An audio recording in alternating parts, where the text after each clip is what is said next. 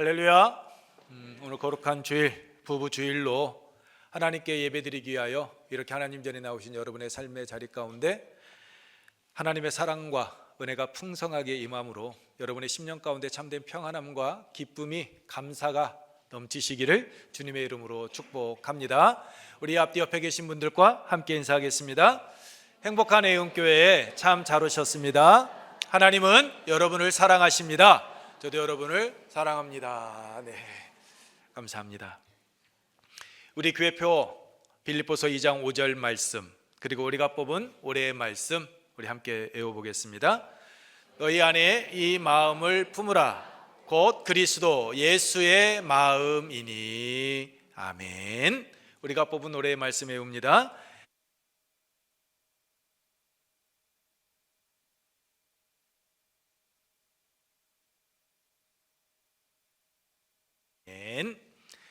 이 축복의 말씀 속에서 한 주간도 승리하기를 소망합니다.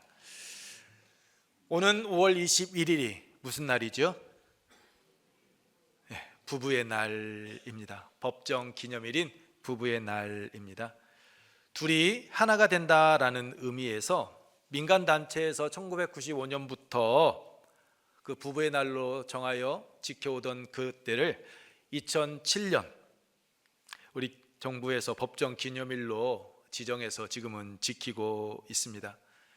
우리 교회는 매년 5월 셋째 주일을 부부주일로 지키고 있습니다. 부부주일로 지키면서 이제 설교를 어떤 말씀으로 준비할까 이런저런 자료를 찾던 가운데 지난 금요일에 좀 마음 씁쓸한 한 기사를 접하게 되었습니다. JTBC 기사였는데 제목이 이렇습니다. 여보, 애들도 다 컸으니 그만 헤어지자. 60세 이상 황혼이혼이 역대 최다라는 그런 기사였습니다. 35년 만에 황혼이혼이 신혼이혼을 앞질렀다라는 기사도 올라와 있었습니다. 우리 가운데 그 기사를 읽고 또한 보신 분들도 분명 계실 겁니다. 기사 내용을 보다 보니 전체 이혼 건수가 감소하는 반면에 오히려 30년 넘게 함께 산 부부들의 이혼은 늘어나고 있었습니다. 지난해 60세 이상 황혼 이혼이 역대 최다였습니다. 14일 국가통계 포털에 따르면 지난해 이혼 건수는 6년 연속 감소해 88,130건으로 1996년 이후 가장 적은 수를 기록했습니다. 그런데 앞서 말씀드린 것처럼 60세 이상의 그 황혼 이혼은 관련 통계 작성 이래 가장 많았습니다. 전문가들은 고령화와 기대 수명의 증가, 여성의 경제력 확대 등 사회적인 인식 변화를 이유로 말을 했습니다. 기사를 읽으면서 오늘날 부부관계 현실을 다시 한번 생각하게 되었습니다. 여러분, 부부로 산다는 것이 무엇일까요? 부부는 전생의 원수였다라는 말이 있습니다. 전생의 원수인 자들이 부부가 되었다라는 겁니다. 왜 그럴까요? 부부 생활이 그만큼 힘들고 어렵다라는 겁니다. 서로 다른 환경에서 자란 남자와 여자가 함께 산다라는 것 결코 쉬운 일이 아닙니다.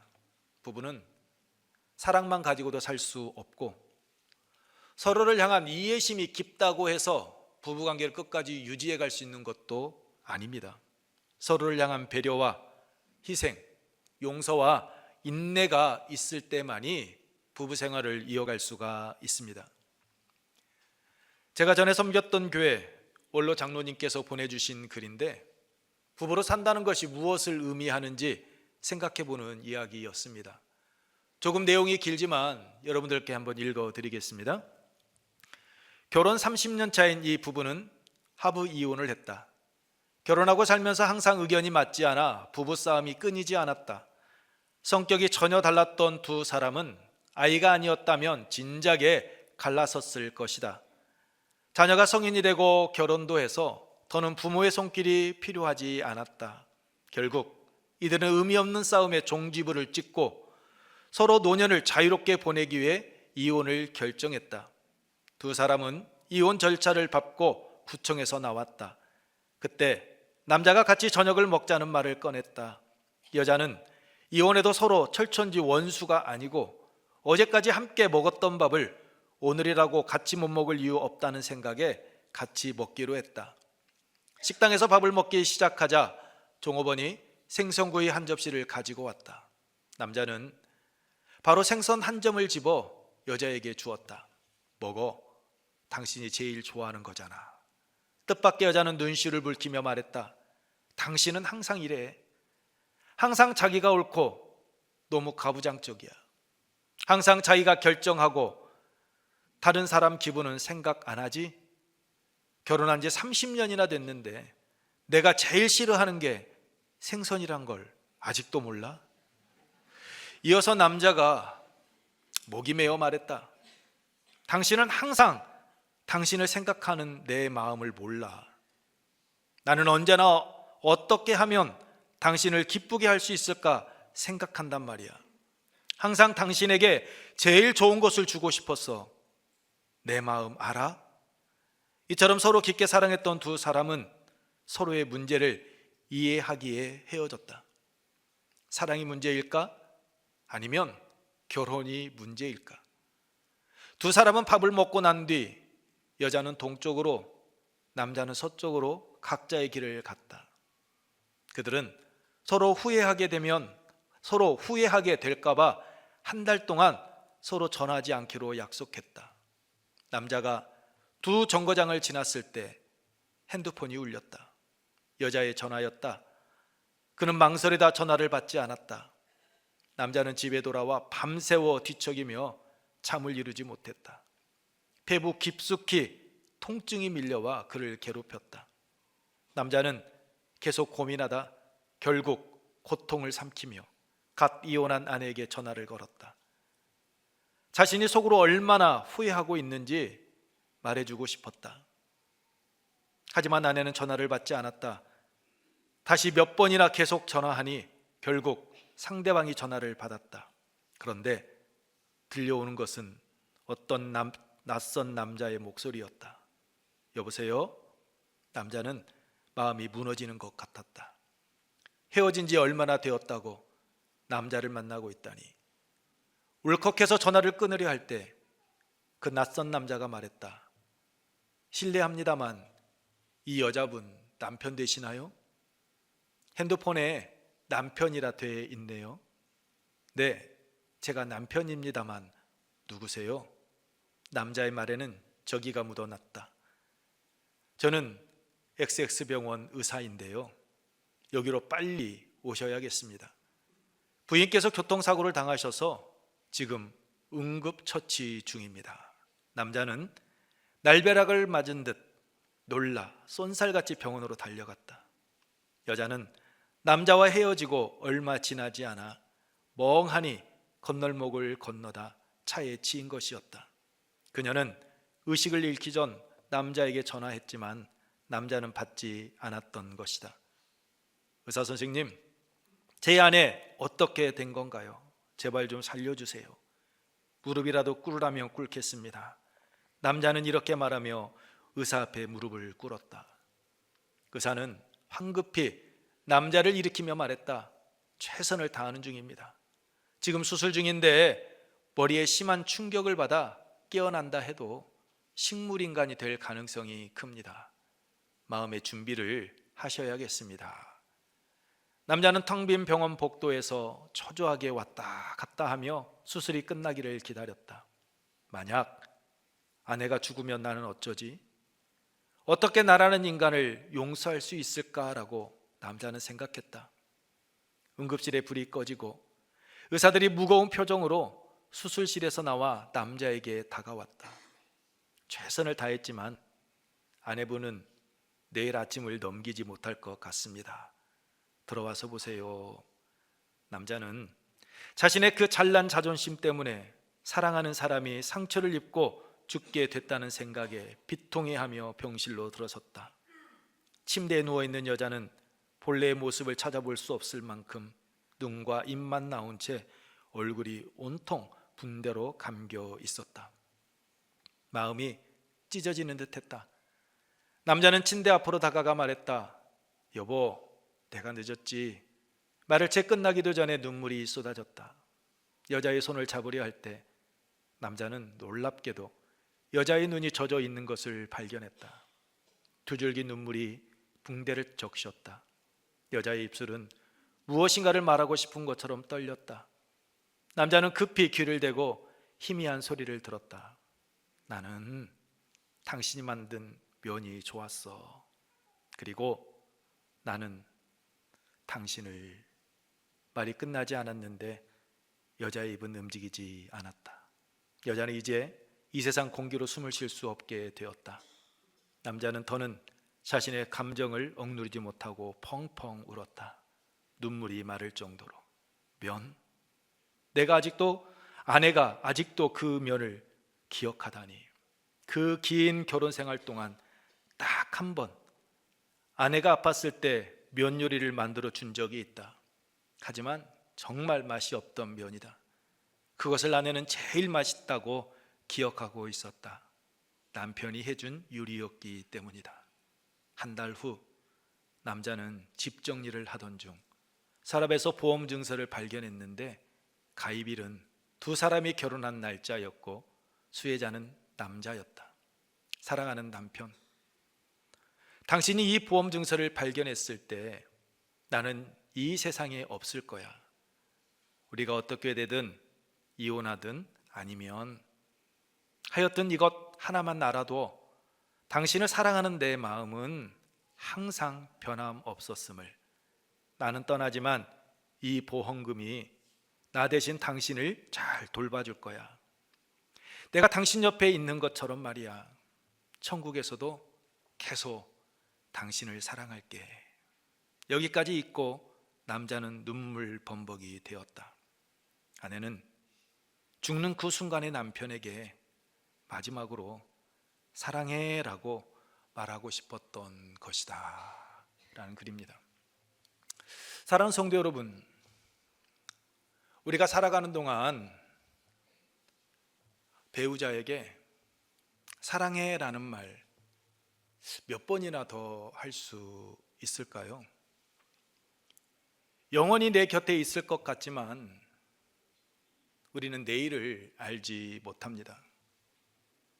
일부 예배를 마치고 한 분이 통화를 했습니다. 목사님 예배 드리고 잠깐 돌아가면서 차에 탈 때 남편에게 말했어요. 여보, 사랑해. 그랬더니 제 남편이 눈이 땡그레져 가지고 뭔 일이야, 왜 그래? 목사님이 사랑하라고 했잖아. 그 말 했다라고 합니다. 여러분, 사랑은 마음에만 담아두는 것이 아니라 표현을 할 때 빛을 발합니다. 오늘 부부주의를 맞아서 가장 가까이에 있지만 내가 가장 소홀하게 여겼던 우리 배우자들에게, 남편에게, 아내에게 진심이 담긴 여보, 사랑해 라는 이 말을 한번 해보시기 바랍니다. 그 진심이 담긴 사랑의 고백 위에 하나님께서 그 놀라운 축복을 우리네 삶과 가정에 더해 주실 줄로 믿습니다. 본문 말씀은 새 사람이 된 성도가 실천해야 될 삶의 지침으로 아내와 남편이 행복한 동행을 위해 어떠한 마음 자세로 서로를 대하며 살아가야 하는지에 대해서 말씀을 하고 있습니다. 사도 바울은 먼저 아내들에게 이야기합니다. 남편에게 복종하라. 이는 주 안에서 마땅하니라 라고. 그리고 남편들에게도 권면합니다. 아내를 사랑하며 괴롭게 하지 말라. 이 말씀은 누가 높고 누가 낮다라는 것을 이야기하는 것이 아닙니다. 부부는 서로를 존중하고 사랑하며 주 안에서 한 몸 된 자로 살아가야 한다라는 것을 말씀한 것입니다. 즉 행복한 동행은 상대 위에 군림하거나 이기려 하는 것이 아니라 서로를 이해하고 사랑하기 위해 힘쓸 때 행복한 동행을 이룰 수 있다라는 겁니다. 그렇다면 우리가 어떻게 할 때 검은 머리 팥뿌리가 될 때까지 행복한 동행을 이루는 삶, 우리가 살아갈 수 있을까요? 첫째, 아내들이 남편을 존중하고 세워줄 때입니다. 우리 함께 읽겠습니다. 아내들이 남편을 존중하고 세워주는 것입니다. 미국의 자동차 왕 헨리 포드가 80세 자신의 생일 잔치 자리에서 이런 말을 합니다. 내가 살아오는 동안 나는 허황된 계획을 꾸민 적도 있었고 실현 불가능한 꿈을 가진 때도 있었습니다. 그러나 아내는 한 번도 불평하지도 의심하지도 않았을 뿐 아니라 언제나 그런 나를 믿어 주었습니다. 오늘의 내가 있을 수 있었던 것은 바로 그렇게 나를 믿어준 아내 덕분입니다. 그리고 그것이 나의 가장 큰 기쁨입니다 라고 말했습니다. 그렇습니다. 포드의 말처럼 어떤 상황 가운데도 끝까지 자신을 믿어주고 존중해주며 세워주는 사람이 내 곁에 있을 때 그 사람은 힘을 얻고 행복한 삶을 살아가게 됩니다. 그래서 사도 바울은 오늘 본문 18절에서 먼저 아내들에게 이야기하는 겁니다. 아내들아, 남편에게 복종하라. 여기서 복종하라라는 말은 어떠한 억압이나 노예적인 복종을 의미하는 것이 아닙니다. 존중과 신뢰 가운데 하나님께서 세우신 그 가정의 질서를 따라 살아가라라는 말씀입니다. 무조건적인 굴종이 아니라 가정의 질서를 존중하고 협력하는 태도를 보여야 한다라는 말씀입니다. 왜냐하면 하나님께서 가정을 세우실 때 남편에게는 가정을 책임질 수 있는 그러한 사명을 주셨고 아내에게는 그러한 남편과 함께 그 가정을 세워갈 수 있도록 사명을 주셨기 때문입니다. 그러므로 아내들은 남편을 존중하고 신뢰하며 남편을 세워주어야 하는 겁니다. 그런데 이것이 쉽지가 않습니다. 종종 존경과 신뢰를 주지 못하는 남편들이 있기 때문입니다. 그래서 때로는 남편을 존중하고 따른다라는 것이 매우 힘들고 어려울 때도 있습니다. 제 아내는 저에게 종종 이야기합니다. 내가 아들 하나 더 키우고 있지. 힘들다 힘들어 라고 이야기합니다. 그럼에도 불구하고 제 아내는 저를 존중해 주고 있습니다. 그리고 아이들 앞에서 저를 세워주고 있습니다. 제 아내가 그렇게 하는 이유가 뭘까요? 제 아내가 저보다 부족하기 때문일까요? 제 아내가 저보다 열등하기 때문입니까? 그렇지 않습니다. 사랑하기 때문이죠. 여러분, 여자가 남자에게 복종해야 되는 이유는, 남자를 존중하고 세워줘야 되는 이유는 다른 데 있지 않습니다. 창세기 2장 21절로 22절 말씀을 보면 아담의 갈빗대를 취하여 여자를 만드셨다라고 말씀하고 있듯이 여자가 남자에게서 나왔기 때문입니다. 이는 여자가 남자보다 낮은 존재다라는 뜻이 아닙니다. 남자와 함께 한 몸을 이루는 그러한 존재다라는 것을 의미합니다. 또 하나님께서는 창세기 2장 18절에서도 말씀하셨습니다. 2장 18절 우리 함께 읽겠습니다. 여호와 하나님이 이르시되 사람이 혼자 사는 것이 좋지 아니하니 내가 그를 위하여 돕는 배필을 지으리라 하시니라. 아멘. 여자는 남자를 위하여 돕는 자로 지음받았기 때문입니다. 여기서 돕는 배필이라는 이 말은 어떠한 보조자나 종이라는 말이 아닙니다.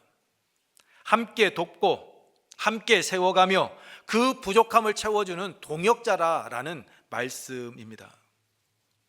사도 바울은 고린도전서 11장 8절로 9절에서 말했습니다. 남자가 여자에게서 난 것이 아니요 여자가 남자에게서 났으며 또 남자가 여자를 위하여 지음을 받지 아니하고 여자가 남자를 위하여 지음을 받았으니 라고. 그렇습니다. 여자가 남자에게 복종해야 되는 이유는 여자가 남자보다 열등한 존재이기 때문에, 부족한 존재이기 때문이 아닙니다. 하나님께서 세워주신 그 가정의 질서를 위해서 복종해야 하는 겁니다. 여기서 복종은 앞서 말씀을 드린 것처럼 하나님께서 세우신 그 가정의 질서를 위한 복종입니다. 사랑 안에서 하나가 됨을 이루어 가는 것을 뜻합니다. 서로 동등한 관계에서 가정의 질서를 위해 아내는 남편에게 복종, 즉 남편을 존중하고 어떤 상황 속에서도 남편을 세워줄 수 있어야 한다라는 겁니다. 빌립보서 2장 6절 이하의 말씀에서 예수님께서 하나님과 동등된 분이심에도 불구하고 기꺼이 하나님의 뜻을 따라 이 땅에 오시고 십자가의 길을 걸어가셨던 것처럼 아내 역시 남편과 동등한 존재이지만 하나님께서 세워주신 그 가정의 질서를 위해 남편을 존중하고 세워주어야 한다라는 겁니다. 그때 가정의 질서가 바로 세워지고 하나님께서 기뻐하시는, 그리고 우리가 그렇게 원하는 행복한 동행을 이룰 수 있는 겁니다. 그러므로 아내 되시는 우리 성도 여러분, 남편이 완벽하고 남편이 무조건 옳아서가 아니라 본문에 주 안에서라고 말씀하고 있듯이 그리스도를 경외하는 마음으로 남편을 존중하고 남편을 세워주시기 바랍니다. 그래서 주님 안에서 행복한 동행을 통해 믿음의 가정을 든든히 세워가는 여러분의 가정, 여러분의 삶이 되기를 축복합니다. 두 번째로, 남편은 사랑으로 아내를 소중히 여기며 세워주어야 합니다. 우리 두 번째 함께 읽겠습니다. 남편은 사랑으로 아내를 소중히 여기며 세워주어야 합니다.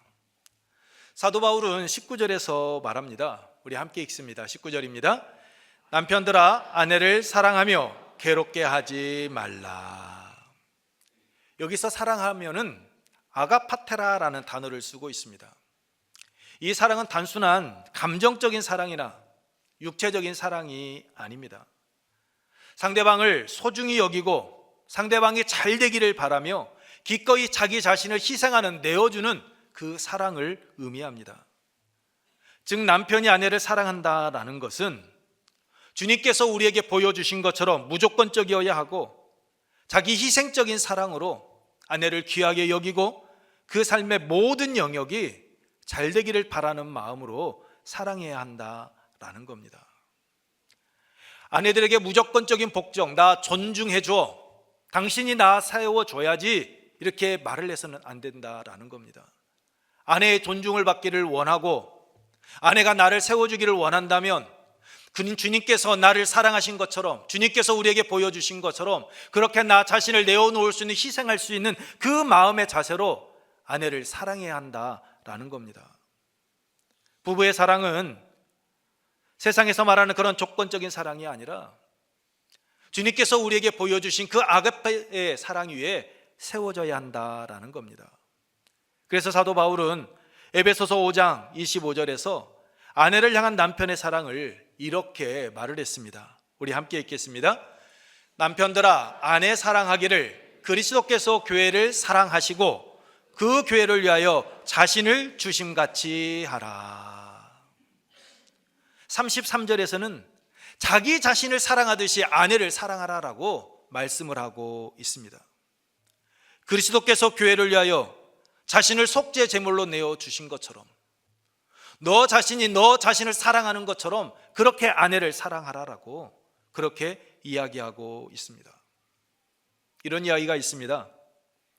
옛날 한 왕이 전쟁에서 패하여 아내와 자녀들과 함께 적국의 포로로 잡히게 되었습니다. 승리한 왕은 패한 왕에게 말합니다. 너는 오늘 죽게 될 것이다. 하지만 내가 한 가지 기회를 주겠다. 내가 가장 소중하게 여기는 것을 내놓는다면 내가 그 사람은 살려주겠다.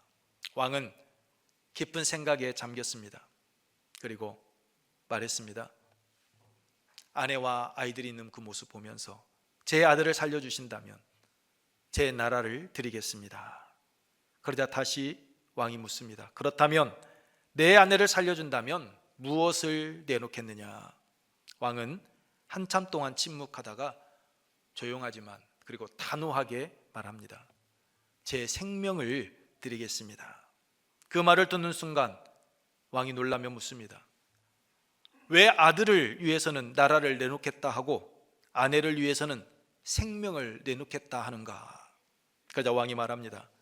나라는 다시 세울 수 있습니다. 아들은 다시 낳으면 됩니다. 그러나 나와 평생을 함께하며 기쁠 때나 슬플 때나 내 곁을 지켜준 아내는 다시 얻을 수 없는 사람이기 때문입니다. 그 말을 들은 왕은 크게 감동했고 왕과 그 가족 모두를 살려주었다라고 합니다. 가족과 함께 생명을 보존하게 된 왕이 그 아내를 바라보면서 말합니다. 당신은 오늘 적국의 왕이 얼마나 위엄이 있고 강한 사람인지 잘 보았소 라고. 그러자 왕비는 그 남편을 바라보며 이렇게 말합니다. 아닙니다. 저는 당신밖에 보이지 않았습니다. 나를 위해 자신의 생명까지 내놓으려 했던 당신만 내 눈에는 보였습니다. 사랑하는 성도 여러분, 진정한 사랑은 말로만 하는 것이 아닙니다. 상대를 귀하게 여기고 지켜주며 아끼는 사랑입니다. 전쟁에서 패한 이 왕이 보여준 것처럼 상대를 위해 기꺼이 나 자신을 희생할 수 있는 것, 그것이 사랑입니다. 그래서 하나님께서는 사도 바울을 통하여 남편들에게 말씀하신 겁니다. 아내를 사랑하며 괴롭게 하지 말라라고. 아내에게 복종, 존중과 세워줌만을 바라지 말고 먼저 너 자신을 기꺼이 내어놓을 수 있는 그 사랑하는 마음으로 아내를 대해주라라고, 그리고 괴롭게 하지 말라라고 말씀합니다. 괴롭게 하지 말라라는 말, 여러분, 이 말은 다른 말 아닙니다. 그 말은 아내를 함부로 대하지 말라라는 겁니다. 자기 감정적으로 몰아붙이지 말고 상처 주지 말고 억압하지도 말라라는 겁니다. 아내는 남편의 소유물, 그 남편의 필요를 채워주는 그러한 존재가 아니기 때문입니다. 하나님께서 함께 가정을 세워가도록 붙여주신 자, 함께 의지하며 함께 평생을 살아갈 수 있도록 세워주신 동반자, 동행자이기 때문입니다. 그러므로 남편은 아내를 존귀한 자로 여기며 주님께서 우리 교회를 사랑하셨듯이 또한 자기 자신을 사랑하는 것처럼 아내를 사랑해야 하는 겁니다. 함부로 대하거나 상처 주지 않고 서로를 존중해 줄 때, 그때 행복한 동행을 이루는 삶을 살아갈 수 있습니다.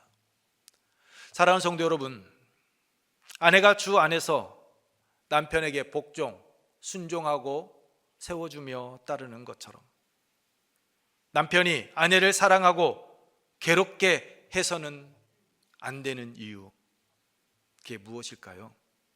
골로새서 3장 12절로 14절 말씀처럼 우리가 먼저 하나님의 그 택하심을 받아 그 사랑을 받은 존재들이기 때문입니다. 그러므로 우리는 그 사랑을 받은 자답게 우리 주위에 있는 사람들, 그것도 가장 가까이에 있는 부부 관계에서부터 우리가 하나님께 받았던 그 은혜, 그 사랑을 흘려 보내야 하는 겁니다.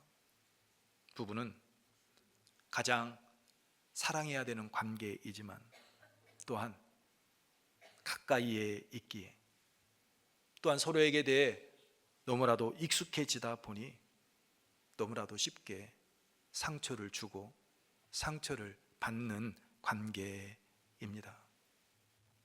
그러므로 가까이에 있는 그 아내, 그 남편, 우리는 주님께서 우리에게 보여주신 그 사랑으로 대하며 나아가야 하는 겁니다. 왜요? 우리의 힘만으로는 끝까지 아내를 향한 사랑, 남편을 향한 사랑 유지해 갈 수 없기 때문입니다. 그러나 죽기까지 우리를 사랑하시는 하나님, 세상 끝날까지 우리와 항상 함께 하시마 약속하셨던 그 예수 그리스도,